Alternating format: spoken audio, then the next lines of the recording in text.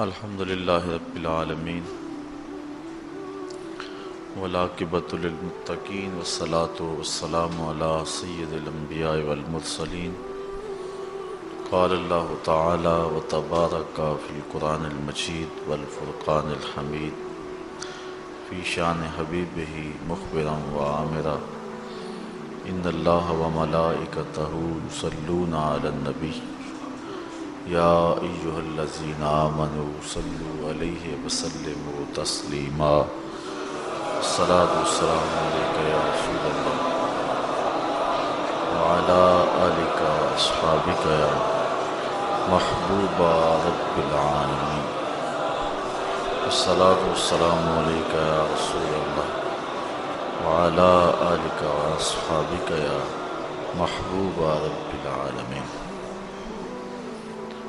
عن ابی ہریرہ رضی اللہ تعالی عنہ عن النبی صلی اللہ علیہ وآلہ وسلم سبعۃ یظلہم اللہ تعالی فی ظلہ یوم لا ظل الا ظلہ امام عادل وشاب نشأ فی عبادۃ اللہ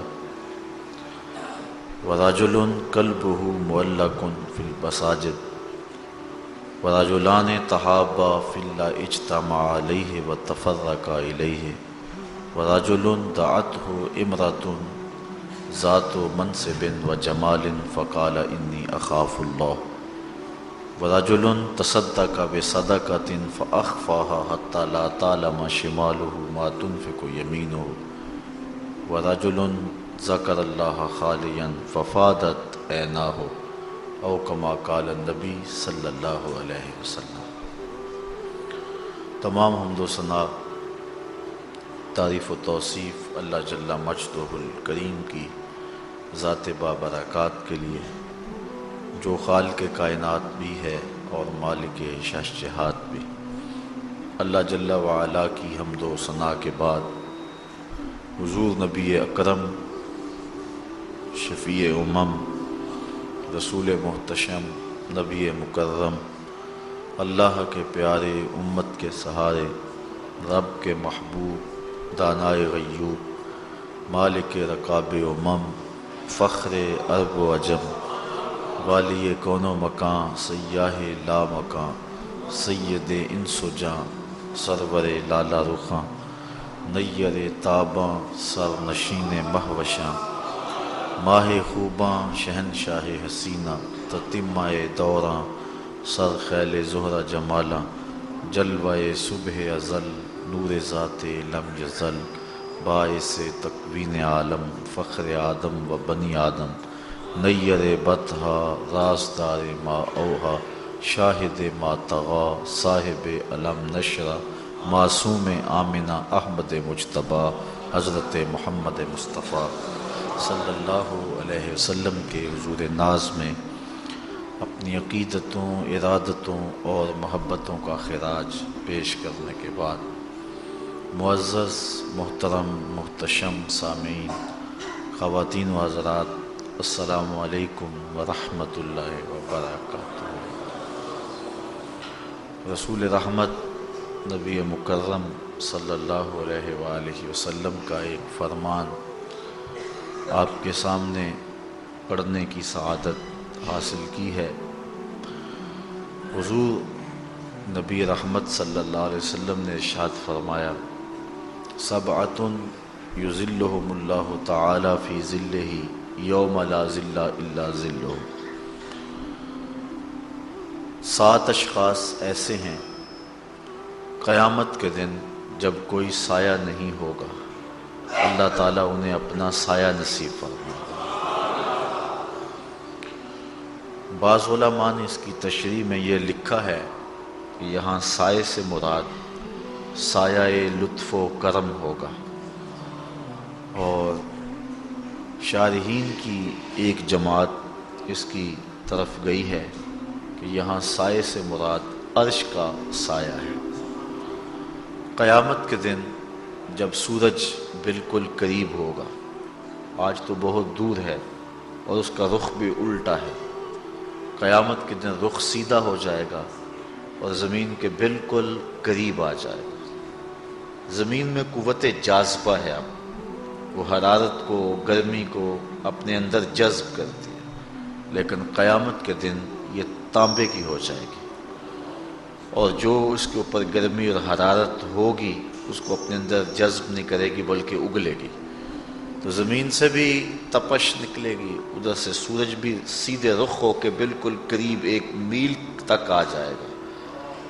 تو وہ بہت سخت دن ہوگا، اس دن لوگ پسینے میں شرابور ہوں گے اپنے اپنے اعمال کے مطابق، کوئی گھٹنوں تک، کوئی ٹخنوں تک، کوئی کمر تک، کوئی گلے تک، اور کوئی پسینے میں ڈوبا ہوا ہوگا۔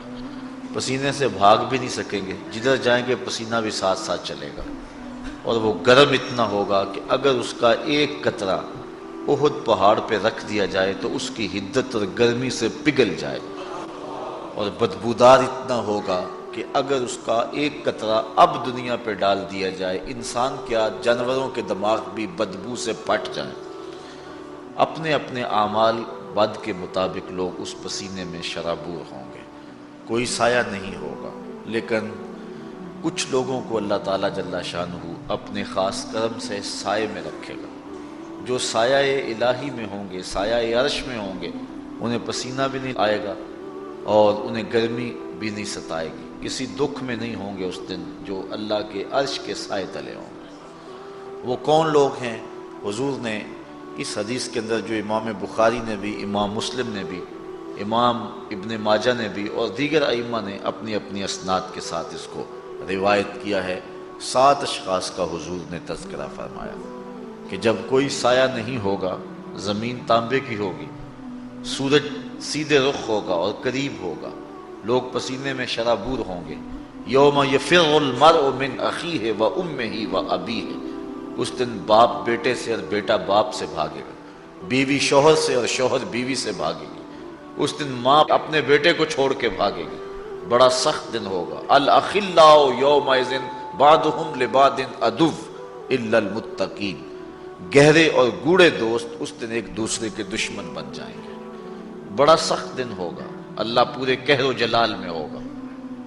تو اس دن جب کہ ہر شخص تھر تھر کانپ رہا ہوگا، 7 اشخاص ایسے ہیں جنہیں اللہ اپنے عرش کا ٹھنڈا سایہ عطا فرمائے گا۔ وہ 7 اشخاص کون ہیں؟ پہلا شخص امام عادل، عادل حکمران، جو عدل و انصاف کے ساتھ امور سلطنت سر انجام دے۔ اسلام ہم سے عدل کا تقاضا کرتا ہے، اور اگر آپ اسلام کا کوئی دوسرا نام پوچھیں تو دوسرا نام نظام عدل ہوگا۔ اسلام عدل کی تلقین کرتا ہے اور عدل کا درس اور سبق دیتا ہے۔ آقا کریم علیہ السلام نے فرمایا کہ جب کوئی سایہ نہیں ہوگا تو امام عادل، عادل حکمران عرش الہی کے سائے تلے ہوگا۔ کسی بزرگ کا قول ہے کہ قوائم الدنیا 4، دنیا کے پائے 4 ہیں، 4 لوگوں کی وجہ سے دنیا قائم ہے: بعدل الامراء، وبسخاوت الاغنیاء، وبعلم العلماء، وبدعاء الفقراء۔ 4 چیزوں سے دنیا قائم ہے: حکمرانوں کے عدل سے، علماء کے علم سے، اغنیاء کی سخاوت سے اور فقیروں کی دعاؤں سے۔ الملک یدوم بالکفر، ایک عربی کا مقولہ ہے، الملک یدوم بالکفر ولا یدوم بالظلم۔ ملک کفر سے تو قائم رہ سکتے ہیں لیکن ظلم سے قائم نہیں رہتے۔ جب کسی علاقے میں، کسی بستی میں، کسی شہر میں، کسی ملک میں، کسی گھر میں جب ظلم کا آغاز ہو جائے تو گھر اجڑ جاتے ہیں، ملک، شہر اور بستیاں برباد ہو جاتی ہیں۔ تو عدل کا درس دیا گیا، عدل کا حکم دیا گیا، انصاف کا سبق پڑھایا گیا۔ اس امت کو درس یہی دیا گیا کہ تم نے عدل کرنا ہے، اگرچہ وہ قریبی رشتہ دار ہی تمہارا کیوں نہ ہو۔ تو عدل کرنے والا حکمران اللہ کی رحمتوں کا سایہ ہے۔ جو عادل حکمران ہے وہ اللہ کا خلیفہ ہے، اور جو ظالم حکمران ہے وہ شیطان کا خلیفہ ہے۔ عدل سے ہی معاشرے میں سکون ہوتا ہے۔ اب عدل کیا ہے؟ انصاف کسے کہتے ہیں؟ ہر چیز اپنی ٹھیک جگہ پہ ہو، جو اس کا مقام ہے اس کو وہ دیا جائے، اس کو عدل کہتے ہیں۔ اور کوئی شے اپنے اصل مقام سے ہٹے تو اس کو ظلم کہتے ہیں۔ وضع الشیء فی غیر محلہ، ظلم کی یہ تعریف ہے، کسی چیز کو اس کے غیر محل پہ رکھنا، جو اس کا ٹھکانہ نہیں ہے اس پہ اس کو رکھنا، یہ ظلم کہلاتا ہے۔ اور ہر شے اپنے مقام پہ ہو، اس کو عدل کہتے ہیں۔ عدل و انصاف کا ہمیں درس دیا گیا۔ آج جن حکمرانوں کے نام باقی ہیں اور زندہ ہیں، انہوں نے عدل سے معاشرے کے اندر امن پیدا کیا تھا، اور جو انصاف نہیں کرتے ان کا نام حرف غلط کی طرح مٹ جاتا ہے۔ دنیا کے اوپر کتنے حکمران آئے ہیں لیکن آج ان کا نام بھی نہیں ہے، لیکن نوشیروان کا نام آج بھی باقی ہے۔ عدل کے دم سے اس کا نام آج بھی احترام سے لیا جاتا ہے۔ حضور علیہ السلام فرماتے ہیں، اس بات پر فخر کرتے ہیں کہ میں سلطان عادل کے زمانے کے اندر پیدا ہوا ہوں۔ اللہ اکبر۔ تو عدل جو ہے، انصاف جو ہے، یہ اچھائی کا ایک بہت بڑا ذریعہ ہے، اور جو حکمران عدل کرے اس کا نام عزت سے باقی رہتا ہے۔ سلطان محمود غزنوی کو ایک عورت نے آ کر کے کہا کہ میری جوان بیٹی ہے اور میرا شوہر فوت ہو چکا ہے، آپ کا بھتیجا رات کو ہمارے گھر میں گھس آتا ہے اور میں سخت پریشان ہوں۔ سلطان نے اس کو کہا کہ اب جب دوبارہ آئے تو تم میرے پاس آ جانا، میں عدل و انصاف قائم کروں گا۔ ایک دن گزرے، وہ بوڑھی آئی، بادشاہ نے جو اس کو خصوصی کوڈ دیا ہوا تھا کہ اس کے ذریعے تو میرے تک پہنچ پائے گی، تو وہ بادشاہ تک پہنچی، کہا کہ اس وقت وہ ہمارے گھر میں موجود ہے۔ بادشاہ اس کے ساتھ چل پڑا، کہا میرے سے پہلے تو چلی جا اور جو ہے وہ بتی بند کر دے۔ دیے کو گل کر دیا گیا۔ بادشاہ گھر میں داخل ہوا، اور داخل ہوتے ہی اس نے جب اس نوجوان کو دیکھا تو اس کا سر قلم کر دیا۔ اس کے بعد بادشاہ نے کہا کہ چراغ روشن کرو۔ جب چراغ روشن کیا گیا تو بادشاہ نے کہا الحمدللہ۔ اس کے بعد اس نے ٹھنڈا پانی مانگا، اس خاتون نے پانی پیش کیا۔ بادشاہ واپس پلٹنے لگا تو اس خاتون نے کہا کہ میں یہ پوچھنا چاہتی ہوں کہ آپ نے پہلے چراغ بند کیا، پھر چراغ جلوایا، پھر الحمدللہ کہا، پھر پانی طلب کیا، اس کی کیا وجہ تھی؟ بادشاہ نے کہا جو راز ہے وہ راز ہی رہے تو ٹھیک ہے۔ کہا نہیں، تمہیں بتانا ہوگا۔ بڑھیا نے ضد کی تو بادشاہ نے بتایا۔ کہا جب تم نے کہا تھا کہ آپ کا نالائق بھتیجا ہمارے گھر میں گھس آتا ہے اور میری بیٹی گھر میں جوان ہے، تو میں اس لیے چراغ کو گل کیا تھا کہ عدل قائم کرتے ہوئے میرے دل میں کوئی رحم پیدا نہ ہو۔ اپنے جوان بھتیجے کو قتل کرنا تماشا تو نہیں ہے، مجھے بھائی کا چہرہ سامنے آ جائے گا، اور ایسا نہ ہو کہ میں عدل کو قائم کرتے ہوئے جو ہے وہ رک جاؤں اور عدل قائم کرنے میں دقت محسوس کروں، اس لیے میں نے چراغ کو بجھا لیا تاکہ میں عدل کے تقاضوں کو پورا کر سکوں۔ کہا پھر آپ نے جب چراغ جلوایا تو پھر آپ نے الحمدللہ کیوں پڑھا؟ کہا میں اس دن سے پریشان تھا کہ میرا خون اتنا گندا ہو گیا کہ ایک غریب بیوہ کے گھر میں میرا بھتیجا جا کے گھس جاتا ہے، لیکن جب میں نے چراغ جلوایا دیکھا وہ میرا بھتیجا نہیں تھا، کوئی اور تھا، ہمارا صرف نام استعمال کرتا تھا۔ تو کہا پھر آپ نے پانی کیوں پیا؟ کہا بڑھیا یہ راز رہنے دو، 2 باتیں میں نے بتا دی، یہ نہ ہی پوچھو۔ بڑھیا نے ضد کی تو بادشاہ نے کہا سنو، جس دن سے تم نے کہا تھا کہ آپ کا بھتیجا ہمارے گھر میں گھس آتا ہے، اس دن سے نہ میں نے کچھ کھایا ہے نہ کچھ پیا ہے۔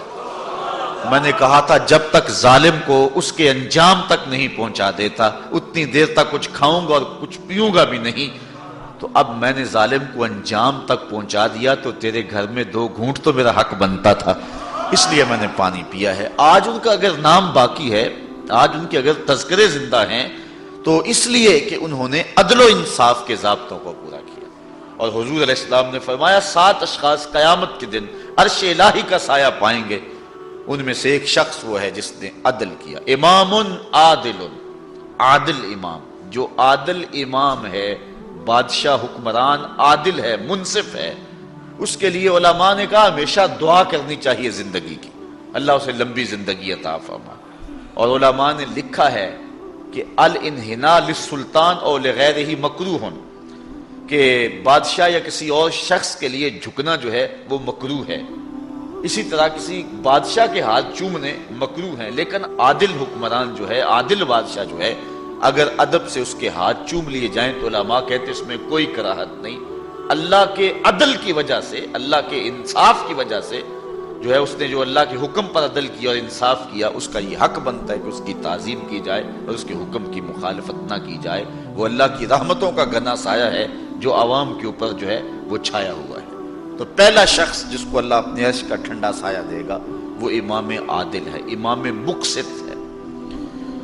دوسرا شخص وشاب نشأ فی عبادت اللہ، وہ جوان جس کی جوانی اللہ کی عبادت میں گزری. کتنا بڑا اعزاز. حضور نے فرمایا الشاب التائب حبیب اللہ. لوگوں سن لو، جو جوان جوانی میں توبہ کرے وہ اللہ کا حبیب ہے. اور ایک روایت میں آتا ہے 1000 بوڑھے کے توبہ کرنے سے اللہ کو ایک جوان کی توبہ زیادہ محبوب ہے. اور جب کوئی جوان جوانی میں توبہ کرتا ہے اللہ کا عرش بھی خوشی میں جھوم اٹھتا ہے. جوانی کی توبہ اللہ کو بہت زیادہ پسند ہے.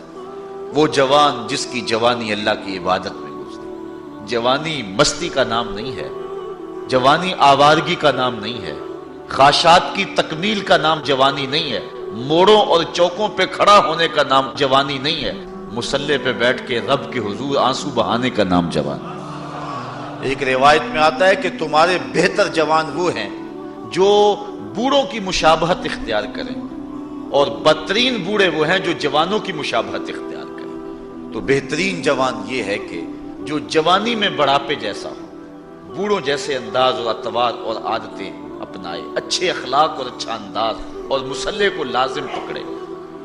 وشاب نشأ فی عبادت اللہ، وہ جوان جس کی جوانی اللہ کی عبادت میں گزری.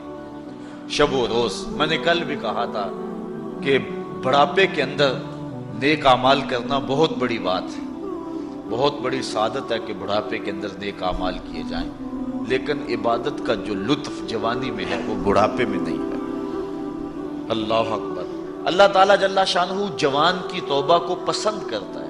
وہ جوان جو اللہ کی عبادت میں، وشاب نشأ فی عبادت اللہ، وہ جوان جس کی جوانی اللہ کی عبادت میں گزری. اب عبادت کا مفہوم بہت وسیع ہے. ویسے بہترین عبادت نماز ہے، بہترین عبادت الصلاۃ، نماز ہے، اور حضور نے اس کو اپنی آنکھوں کی ٹھنڈک قرار دیا. لیکن صرف عبادت کا مفہوم نماز تک ہی نہیں ہے، عبادت کا مفہوم بہت وسعت والا ہے. ساری زندگی اللہ کی رضا میں گزار دینا، اللہ کی مرضی کے مطابق زندگی گزار دینا، یہ عبادت ہے. اللہ اکبر. بعض نے کہا کہ بس اس کی رضا میں اپنے آپ کو گم کر دینا عبادت. غلام کو عبد کہتے ہیں نا، اور عبد وہ ہوتا ہے جو اپنے آقا کی مرضی میں اپنی مرضی کو گم کرتے. کوئی شخص کسی غلام کو خریدنے گیا نا منڈی میں، جب غلام بکتے تھے، فروخت ہوتے تھے، تو جا کے ایک غلام اس کو پسند آیا، تو اس نے جب اس کا سودا کیا تو غلام سے پوچھتا ہے تمہارا نام کیا ہے؟ تو غلام کہتا ہے میرا نام کوئی نہیں ہے، جو رکھیں گے وہی میرا نام ہوگا. جب غلام ہے تو پھر اس کی اپنی مرضی ختم ہوگی. تو ہم اللہ کے غلام ہیں، اللہ کے بندے ہیں، تو بندگی کا حق یہ ہے، اللہ اکبر، کہ ہم سر سے لے کر پاؤں تک اس کے ہو جائیں. تیرے ہندیاں سندیاں محبوبہ، میں کافر ہوواں جے میں ہوواں. اپنی ذات کو تو فنا کرنا ہے، اپنی ذات کو تو قربان کرنا ہے. وہ جوان جس کی جوانی کے حسین ایام، جس کی جوانی کے خوبصورت لمحے، جبکہ بانکپن تھا، جبکہ خواہشات کا ہجوم تھا، جبکہ تمنائیں اپنے عروج پہ تھی، لیکن اس نے سب کچھ اپنے رب کے لیے قربان کر دیا. سحری کے وقت اٹھ کے مصلی بچھایا اور آنسو بہائے، اور اللہ کے حضور عبادت کرتے ہوئے اپنی رات کو بسر کیا. ایک روایت میں آتا ہے جو دن کا روزہ اور رات کی عبادت نہیں کرتا اس کو ایمان کی حلاوت ہی نصیب نہیں ہوتی۔ ایمان کی ایک حلاوت ہے، ایمان کی ایک مٹھاس ہے، ایمان کا ایک مزہ ہے، ایک سرور ہے۔ وہ کس کو نصیب ہوگا؟ جو دن روزے سے گزارے گا اور رات مصلے پہ گزارے گا، اپنی آنکھوں پر حیا کے پہرے بٹھائے گا، اپنی سوچوں کی پاکیزگی کا سامان کرے گا، ورنہ جوانی آئی اور گزر گئی اور اپنا قیمتی وقت ہم نے برباد کر دیا۔ جس طرح ہر چیز کا بانکپن جوانی میں ہوتا ہے، عبادت کا جو سرور اور عبادت کی جو لذت جوانی میں نصیب ہوتی ہے وہ زندگی کی کسی اور ایام میں نصیب نہیں ہوتی۔ اس لیے حضور نے ارشاد فرمایا کہ وہ جوان وشاب نشأ فی عبادت اللہ، وہ جوان جس کی جوانی اللہ کی عبادت میں گزری، جب قیامت کے دن کوئی سایہ نہیں ہوگا اللہ اس جوان کو اپنے عرش کا ٹھنڈا سایہ نصیب فرمائے۔ تیسرا شخص جو عرش الہی کا سایہ پائے گا، وَرَجُلٌ قَلْبُهُ مُعَلَّقٌ فِي الْمَسَاجِدِ، وہ آدمی جس کا دل مسجدوں کے ساتھ لٹکا ہوا ہے، مسجد کے ساتھ وابستہ ہے، ایک نماز پڑھتا ہے تو دوسری نماز کے انتظار میں بیٹھ جاتا ہے۔ حضرت عبداللہ ابن مسعود رضی اللہ تعالی عنہ رہتے ہی مسجد میں تھے۔ مسجد کی کچھ لوگ میخیں ہوتی ہیں، حضور فرمایا کچھ لوگ مسجدوں کی میخیں ہوتی ہیں، جب بھی دیکھو مسجد میں ملیں گے، ڈھونڈو تو مسجد میں ملیں گے، جب بھی فارغ ٹائم ملا جو فوراً مسجد میں آ گئے۔ فرمایا اگر وہ بیمار پڑ جائیں اور مسجد کی حاضری سے قاصر ہو جائیں تو اللہ کے کچھ فرشتے ہیں جو ان کا حال پوچھنے کے لیے ان کے گھروں میں جاتے ہیں، ان کی تیمارداری کے لیے جاتے ہیں۔ حکم ہے بازار میں دیر سے جاؤ اور جلدی واپس آ جاؤ، مسجد میں جلدی جاؤ اور دیر سے واپس آ جاؤ۔ المومن فی المسجد کالسمک فی الماء والمنافق فی المسجد کالطائر فی القفص، مومن مسجد میں اس طرح ہوتا ہے جس طرح پانی کے اندر مچھلی ہوتی ہے، اور منافق مسجد میں اس طرح ہوتا ہے جس طرح پنجرے کے اندر پرندہ پھنسا ہوا ہوتا ہے، کبھی مجبوراً آنا پڑ گیا تو جس طرح پھڑ پھڑا رہا ہے کہ بہت جلدی نکلنا ملے مجھے، اس طرح منافق کا جی مسجد میں نہیں لگتا۔ مسجد میں جلدی آؤ اور دیر سے واپس جاؤ، لیکن ہم نے اپنے طرز زندگی کو الٹ بنا لیا ہوا ہے۔ بازار میں آدھے گھنٹے کے لیے جائیں تو 5 گھنٹے لگ جاتے ہیں، مسجد میں جاتے ہیں ہم صرف آخری وقت میں اور کوشش کرتے ہیں کہ سب سے پہلے واپس آ جائیں۔ مجھے ویسے بڑی حیرت ہوتی ہے جب نماز ختم ہو یا جمعۃ المبارک یا کوئی اور ایسا، تو جو دروازے کے اوپر رش ہوتا ہے ہر بندے کی کوشش ہوتی ہے کہ میں جلدی نکل جاؤں، حالانکہ جتنی دیر تک مسجد میں بیٹھیں گے، جتنی دیر تک مسجد میں رکیں گے اتنی برکتیں اترتی رہیں گی۔ بہترین لمحے وہی ہیں جو اللہ کے گھر میں گزر گئے۔ خیر الاماکن، بہترین جگہیں اللہ کے گھر ہیں۔ مسجد کی آبادی اور مسجد کی ستھرائی اور صفائی اور مسجد کی تعمیر و تزئین کے لیے جو لوگ وابستہ ہوتے ہیں بہت بابرکت لوگ ہیں۔ حضور نے فرمایا من بنا للہ مسجدا بنى اللہ لہ بیتا فی الجنہ، جس نے اللہ کی مسجد بنائی اللہ اس کے لیے جنت میں گھر بنا دیتا ہے۔ کتنی بڑی سعادت ہے اس شخص کے لیے جو اللہ کے گھر کو تعمیر کرتا ہے۔ لیکن صرف تعمیر ہی کافی نہیں، اس کی آبادی رنگ و روغن اور رنگوں کے مختلف انداز کے فانوسوں سے نہیں ہے، مسجد کی آبادی نمازیوں سے ہے۔ نمازی ہوں گے مسجد آباد ہوگی۔ مسجد تو بنا دی شب بھر میں ایمان کی حرارت والوں نے، من اپنا پرانا پاپی تھا برسوں میں نمازی بن نہ سکا۔ جو مسجدوں کو آباد رکھتے ہیں، جن کے دل مسجد کے ساتھ لگے رہتے ہیں۔ ایک بوڑھی خاتون تھی، وہ مسجد نبوی میں صفائی کیا کرتی تھی۔ یہ ہم نے بھی بچپن میں دیکھا ہے کہ بوڑھی عورتیں مسجدوں میں آ کے جھاڑو دیا کرتی تھی۔ اب تو وہ تصور ہی ختم ہو گیا اور اب ہم یہ چیز نہیں دیکھتے ہیں۔ وہ ایک زمانہ تھا کہ سنِ کہولت کو پہنچی ہوئی عورتیں، ظاہر ان سے پردے کے حکام بھی ساقط ہو جاتے، تو ایسی عورتیں عموماً جب صبح مساجد سے بچے پڑھ کے چلے جاتے تھے تو وہ مسجدوں میں آتی تھی، اور ہم نے اپنی آنکھوں سے دیکھا ہے کہ وہ مسجدوں کی صفائی ستھرائی کیا کرتی۔ نمازی بھی آتے تھے، وہ کوشش کرتے تھے، کچھ لوگ پہلے آ جاتے تھے کہ مسجد کی صفائی کریں، کچھ لوگ ویسے کوئی تنکا پڑا اس کو اٹھا کر کے کوئی نہ کوئی ذمہ داری لے لیتے تھے۔ یہ مسجدوں کے اندر جو اب خادم رکھے گئے ہیں، اس کو ہم جو تنخواہ دیتے ہیں وہ ہمارا حصہ تو پڑ گیا اس کے اندر، لیکن آج خود بھی اگر کبھی مسجد کی صفائی کا اہتمام کریں اور انتظام کریں تو یہ ایک ایسی چیز ہے جس سے دل ستھرے ہوتے ہیں۔ جو اللہ کے گھر کو صاف کرتا ہے اللہ اس کے دل کو صاف کر دیتا ہے۔ تو وہ بوڑھی خاتون تھی، مسجد نبوی میں آتی تھی، اور مسجد نبوی کی صفائی کرتی تھی۔ ایک دن حضور نے فرمایا کتنے دن ہو گئے ہیں میں اس بوڑھی خاتون کو دیکھ نہیں رہا۔ صحابہ نے عرض کی حضور وہ تو فوت ہو گئی ہے۔ تو فرمایا کہ تم نے مجھے بتایا نہیں؟ عرض کی حضور آپ مصروف ہیں کار نبوت میں، ہم نے سوچا کہ ایک عام سی خاتون ہے، ہم نے اس کا جنازہ پڑھا اور اس کی تدفین کر دی اور آپ کو نہیں بتایا۔ حضور فرمایا تم نے اس کو عام سمجھا ہے جو اللہ کے گھر کی صفائی کیا کرتی تھی؟ فرمایا مجھے بتاؤ اس کی قبر کہاں ہے؟ صحابہ کو حضور نے ساتھ لیا اور اس کی قبر پر پہنچے اور وہاں جا کے حضور نے دعا مانگی۔ جو اللہ کے گھر کو صاف کرتی ہے اور اللہ کے گھر کی صفائی کرتی ہے، حضور علیہ السلام فرمایا وہ عام نہیں ہے، وہ سعادت مند خاتون ہے جس کو یہ سعادت نصیب ہوئی، یہ دولت نصیب ہوئی کہ اللہ کے گھر کو صاف کرتی ہے۔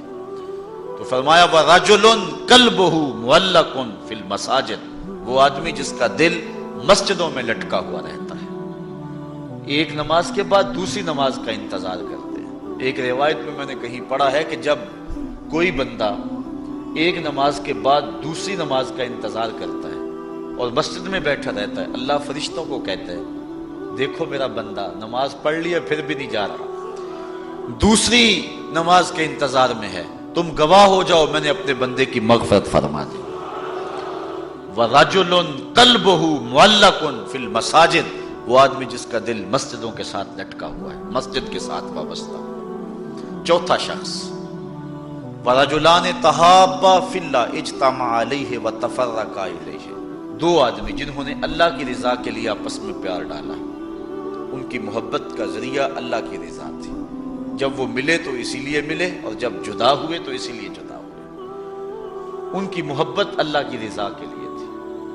فرمایا قیامت کے دن جب کوئی سایہ نہیں ہوگا ان دونوں کو اللہ اپنے عرش کا ٹھنڈا سایہ عطا کرے۔ ایک بندہ اپنے ایک دوست کو ملنے جا رہا تھا، دینی دوست، محبت پیار کا رشتہ اللہ اس کے رسول کی رضا کے لیے۔ حدیث میں آتا ہے کہ راستے میں بصورت انسان ایک فرشتہ اس کو ملا اور اسے پوچھتا ہے کہ کدھر جا رہے ہو؟ وہ کہتا ہے کہ میں فلاں بستی میں اپنے ایک دوست کو ملنے جا رہا ہوں۔ تو فرشتہ پوچھتا ہے تجھے اس سے کوئی حاجت ہے، کوئی کام ہے؟ وہ کہتا مجھے کوئی کام نہیں۔ کہا کوئی احسان ہے جس کے بدلے میں جا رہے ہو؟ کہا کوئی احسان نہیں۔ کہا کوئی رشتہ داری ہے تیری اس کے ساتھ؟ اس نے کہا کوئی رشتہ داری نہیں۔ تو فرشتے نے بصورت انسان جو آیا ہوا تھا، حدیث میں آتا ہے، وہ پوچھتا ہے کہ پھر کس لیے جا رہے ہو؟ کہا بس اللہ کے لیے جا رہا ہوں۔ تو فرشتے نے کہا کہ میں تیرے رب کا فرستادہ ہوں،